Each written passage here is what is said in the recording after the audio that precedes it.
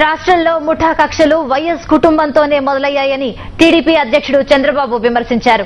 YS వారసత్వం కోసం పోటీ పడుతున్న వాళ్లంతా ఆయన చరిత్రను, అవినీతిని వారసత్వంగా తీసుకుంటారా అని ప్రశ్నించారు. వైఎస్ ప్రభుత్వ హయాంలో 206 మంది కిరాతకంగా చంపబడ్డారని చంద్రబాబు ఆరోపించారు.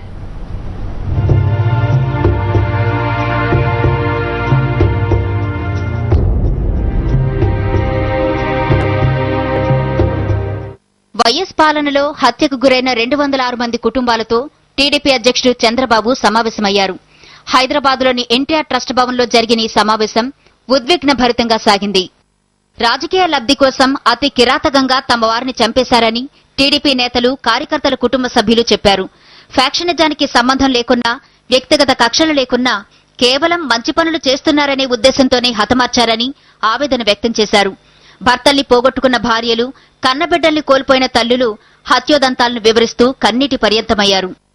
మా నాన్న, మా పెద్దనాన్న తెలుగుదేశం పార్టీ మీటింగ్ పెడితే గురిజాలు వెళ్ళి వస్తుంటే ఇద్దరిని ఒకేసారి చంపాలని ఎన్నో రోజులు ప్లాన్ వేసుకొని వాళ్ళిద్దరు ఎప్పుడు మీట్ అవుతారా అని తెలుసుకొని చివరికి మా బండ్లు తీసుకొని మమ్మల్ని నమ్మించి మోసం చేసి ఇద్దరిని అతి కిరాతకంగా చంపారు.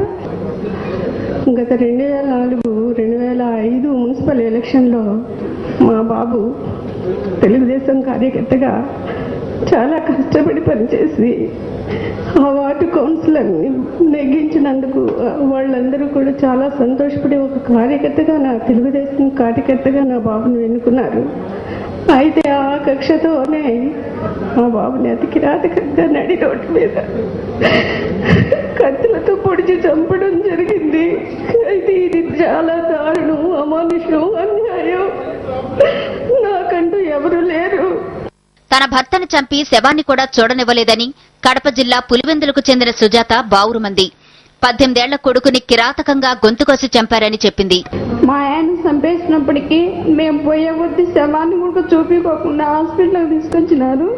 కానీ బెరిబెరి వచ్చేసి మాకు శవం కూడా సరిగ్గా చూపించలేదు. కానీ మా భర్తను అన్యాయంగా చంపేసినారు, గొంతు కోసినారు వాళ్ళు. అట్లా మా కొడుకును కూడా 18 సంవత్సరాల పాపను గొంతు కోసినారు. ఎటువంటి కక్షలు లేకున్నా కేవలం టీడీపీలో పనిచేస్తున్నారనే కోపంతోనే తన తండ్రిని హతమార్చారని గుంటూరు జిల్లాకు చెందిన సంధ్యారాణి చెప్పింది. 14 ఏళ్లు శిక్ష పడితే 14 నెలల్లో బయటపడ్డారని ఆవేదన వ్యక్తం చేశారు. తండ్రి లేని బాధ, చాలా వేదన, చెప్పలేని బాధ. ఇలాంటి ఎప్పుడు ఎవ్వరికీ జరగకూడదు. మా నాన్నగారు మా చెల్ల పని మీద వెళ్ళి తిరిగి స్వీట్స్ అవన్నీ తీసుకొని వస్తుంటే మా నాన్నగారు జీబులో కూర్చున్నారు. 5 నిమిషాల ముందు జీబు కదిలిస్తే మా నాన్న బతికుండేవాళ్ళు. కానీ అదే 5 నిమిషాల్లో మా నాన్నగారి ప్రాణం పోయింది. మా నాన్న లెఫ్ట్ లెగ్ నరికేసి మళ్ళీ చనిపోయాడా లేదా అని తిరిగి వచ్చి మళ్ళీ నరికారు మా నాన్నగారిని.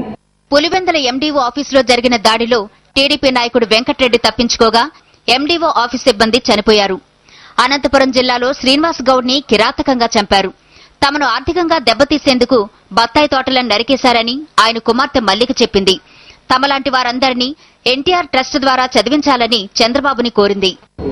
2004 నుంచి ఎమ్మెల్యే ఆదినారెడ్డి గాని, ఆదినారాయణ సోదరుడు గాని పార్టీ ఫిరాయించమని చాలాసార్లు చెప్పారు.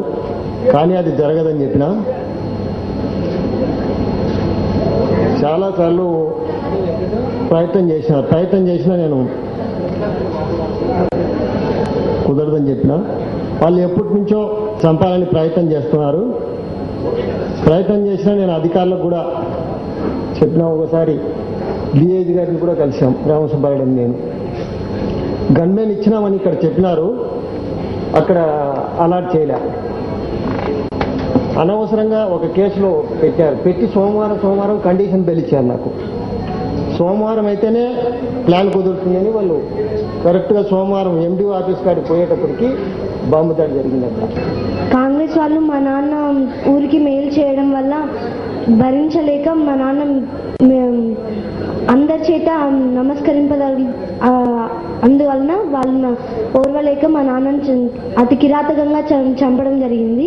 రాజకీయ ప్రయోజనాల కోసం ప్రత్యర్థులు లేకుండా చేసేందుకు వైఎస్ పాలనలో తమ పార్టీ కార్యకర్తల్ని నేతల్ని హతమార్చారని చంద్రబాబు ఆరోపించారు. రాజకీయ హత్యలపై కాంగ్రెస్ పార్టీ సమాధానం చెప్పాలని డిమాండ్ చేశారు. హత్యలకు గురైన వారి కుటుంబాలను ఆదుకుంటామని భరోసా ఇచ్చారు. ఎంత దారుణం అంటే ఇదో కొత్త సంస్కృతి.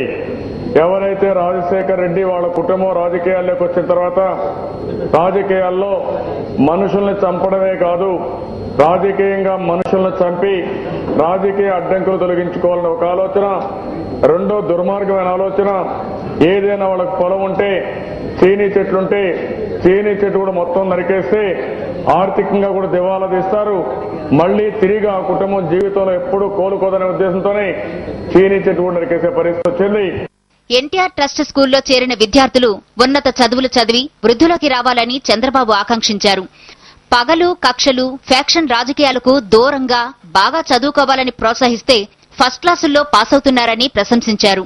బాగా చదువుకుని బాగా చదివి జీవితంలో సెటిల్ అయి మీ కుటుంబ సభ్యులను ఆదుకోవాలి, మీ అమ్మను సరిగా చూసుకోవాలని చెప్పి వాళ్ళని బోధించి ఇప్పుడు అక్కడ చదువుకునే పిల్లలు చూస్తే బ్రహ్మాండంగా పాస్ అవుతున్నారు. మొన్న 10th క్లాస్ రిజల్ట్స్ వచ్చాయి, అందరూ ఫస్ట్ క్లాస్ లో పాస్ అయ్యారు. వైఎస్ మృతి వార్త తెలిసి చనిపోయిన వారి కుటుంబాలకు జగన్ ₹1,00,000 ఆర్థిక సాయం చేస్తూ ఓదారుస్తున్నారు. కాంగ్రెస్ కేంద్ర నాయకత్వం కూడా ఒక్కొక్క కుటుంబానికి ₹1,00,000 ఆర్థిక సాయం చేసేందుకు ముందుకొచ్చింది. వీటితో పాటు గురువారం వైఎస్ మొదటి వర్ధంతికి ఏర్పాట్లు చేసుకుంటున్నారు. ఈ సందర్భంలో తెలుగుదేశం పార్టీ ఈ సమావేశం ఏర్పాటు చేయడం ప్రాధాన్యతను సంతరించుకుంది.